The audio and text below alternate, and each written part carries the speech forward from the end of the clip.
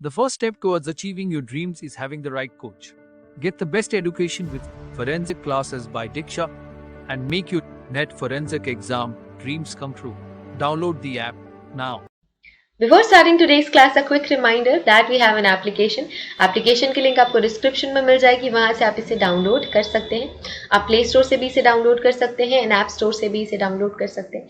जैसे आप application download करेंगे आपको लॉगिन करना होगा. लॉगिन करने के बाद आप स्टोर पर क्लिक कर सकते हैं. स्टोर में आपको कोर्स लिस्ट मिलेगी. इस कोर्स लिस्ट में से आप अपना डिजायर्ड कोर्स सेलेक्ट कर सकते हैं एंड एनरोल कर सकते हैं. फॉर एग्जाम्पल, अगर मैं फोरेंसिक साइंस नेट की प्रिपरेशन कर रही हूँ तो मैं फोरेंसिक साइंस नेट का कोर्स सेलेक्ट करूंगी.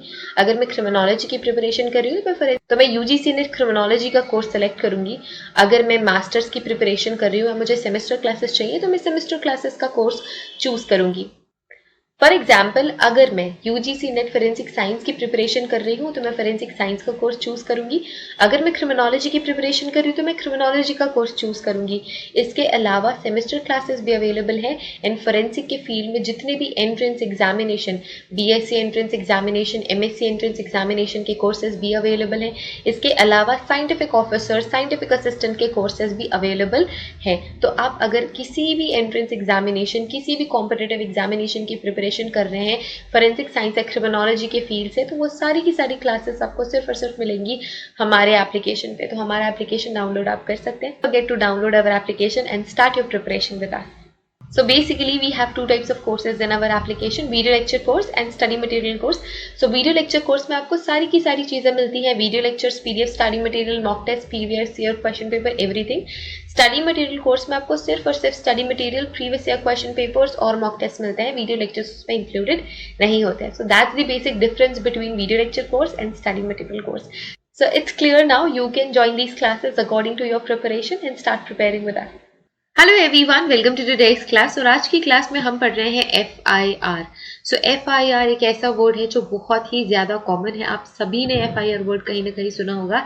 एंड जो ये FIR वर्ड है यूजुअली रिलेटेड होता है पुलिस कंप्लेंट से, या फिर जब हम पुलिस में रिपोर्ट करते हैं तो आपने सुना होगा कि उसने FIR रिपोर्ट करी है या फिर उसने FIR करवाई है. तो FIR क्या होता है? मोस्ट ऑफ द टाइम जब कोई भी क्रिमिनल एक्टिविटी होती है या फिर कोई भी ऐसी एक्टिविटी होती है जो लॉ के अगेंस्ट है तो FIR रजिस्टर करानी पड़ती है. तो इसी FIR के बारे में आज की क्लास में हम जानेंगे. Okay, so let's start today's class. What is FIR? So FIR का फुल फॉर्म होता है first information report. F stands for first, I stands for information and R stands for report. So FIR का full form क्या है? First information report. तो इसके नाम से ही हम समझ सकते हैं कि जब इसका नाम ही फर्स्ट इंफॉर्मेशन रिपोर्ट है तो जब कभी भी कोई भी क्रिमिनल एक्टिविटी हुई है या कोई ऐसी एक्टिविटी हुई है जो लॉ के अगेंस्ट है तो सबसे पहली इंफॉर्मेशन देने को ही FIR करते हैं, है ना. FIR कहते हैं, इस प्रोसेस को हम FIR करना कहते हैं.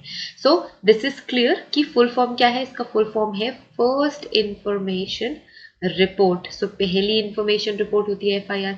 FIR is a document. अब क्या है ये डॉक्यूमेंट? क्योंकि हम ये रिटन फॉर्मेट में रजिस्टर करते हैं.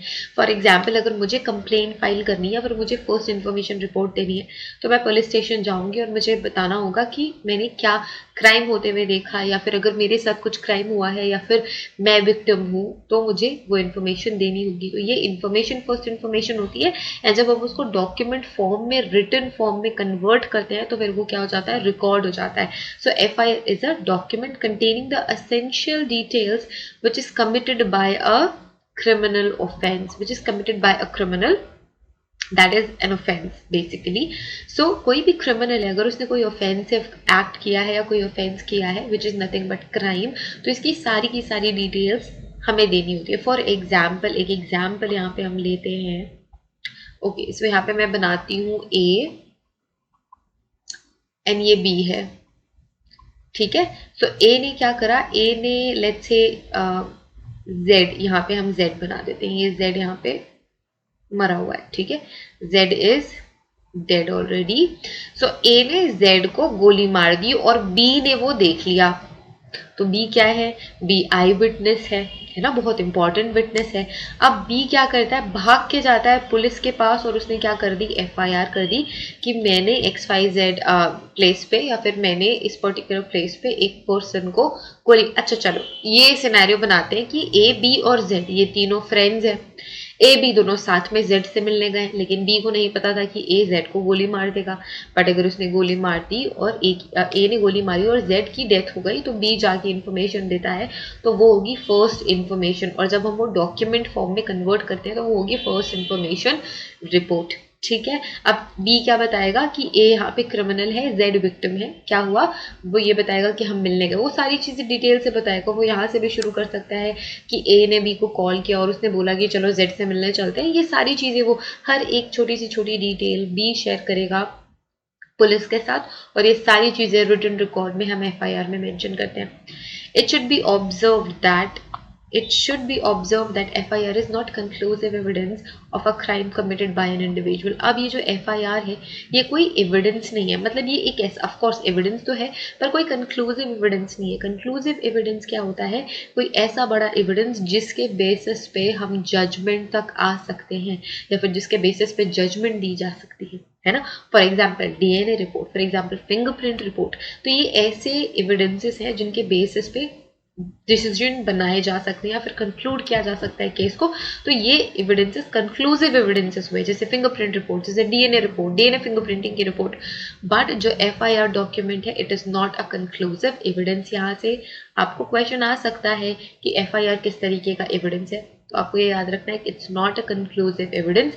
ये कैसा एविडेंस है? ये कोरोबोरेटिव एविडेंस हो सकता है, मतलब हेल्प कर सकता है आपके डिसीजन मेकिंग में, but it's not a conclusive evidence. FIR is the starting point of an investigation process for a specific crime। So FIR starting process होती है।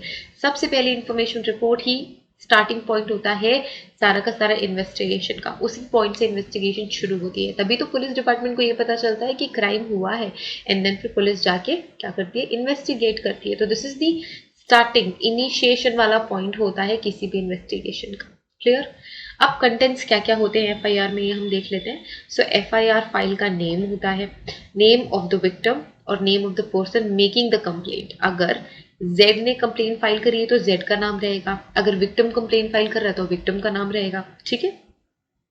ऑफेंस डिस्क्रिप्शन की किस तरीके का ऑफेंस है, चोरी हुई है, डकैती हुई है, मर्डर हुआ है ना, हर्ट है, हाफ मर्डर है, या फिर पिटाई कुटाई करी गई है। तो ये डिस्क्रिप्शन हमें बताना होता है कि what is description of that crime, time and place of crime. अब ऐसा नहीं है कि आपको एग्जाम टाइम और प्लेस बताना होता है। प्लेस आप एग्जैक्ट बता सकते हो बट टाइम तो आप याद रखोगे नहीं। तो आपको जो भी आपको लगता है, फॉर एग्जाम्पल शाम के 4 बजे होंगे, 4:30 बजे होंगे, या फिर दोपहर का टाइम था, या सुबह सुबह दिन का टाइम था, 6 बजे हो सकते हैं।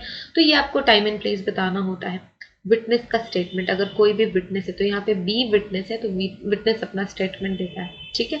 अगर जो विक्टिम है, लेट्स से जेड की डेथ नहीं हुई, जेड भी आया कंप्लेंट फाइल करने, तो जेड की कंप्लेंट फाइल करी जाएगी और विक्टिम से उसका स्टेटमेंट ले लिया जाएगा।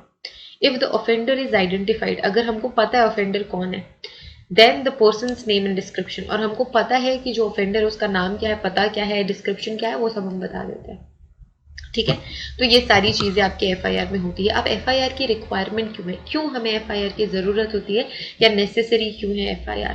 सो FIR क्या करता है? क्रिमिनल जस्टिस प्रोसेस को असिस्ट करता है, इस वजह से इंपॉर्टेंट है और इसकी रिक्वायरमेंट होती है। The cops can commence the investigation only after registration of the FIR। जो भी पुलिस वाले हैं वो इन्वेस्टिगेशन तभी ही शुरू कर सकते हैं जब वो रिटन फॉर्मेट में आ जाती है, या फिर किसी ने कंप्लेंट फाइल करी है और वो रिटन हो गई है, मतलब अब वो मान ली गई है, फिर इन्वेस्टिगेशन शुरू होता है। After registration the contents of FIR can not be altered. ये बहुत ज्यादा इंपॉर्टेंट पॉइंट है कि कोई अल्टरेशन हम नहीं कर सकते कि अच्छा ये पॉइंट रह गया अब ऐड कर देते हैं, या फिर अच्छा ये भी लिख देते हैं। नहीं, एक बार जो FIR लिख दी गई है वो लिख दी गई है, उसमें कोई अल्टरेशन नहीं होता except by a supreme court और हाई कोर्ट डिसीजन। पर अगर सुप्रीम कोर्ट और हाई कोर्ट का डिसीजन है कि आपको FIR में चेंजेस या अल्टरेशन करने हैं, एडिशन या डिलीटिशन करना है, तो अल्टरेशन में दोनों चीजें आ जाती हैं। ना तो आप कुछ रिमूव कर सकते हो, ना कुछ आप ऐड कर सकते हो। तो किसी भी तरीके का अल्टरेशन हम कर नहीं सकते जब तक सुप्रीम कोर्ट या कोर्ट का ऑर्डर नहीं है। अगर उन्होंने ये डिसीजन नहीं लिया है तब तक हम FIR में अल्टरेशन नहीं कर सकते। सो आई होप अब ये आपको समझ में आ गया कि what is FIR, what is first information report, and first information report में यूजुअली कंटेंट्स क्या होते हैं, व्हाई इट इज रिक्वायर्ड और why it is necessary. Okay, so we are done with today's class everyone. हाँ, आज की class में हमको सिर्फ FIR ही पढ़ना था। I hope this lecture is helpful to you. Thank you so much for watching today's class. Have a great day ahead.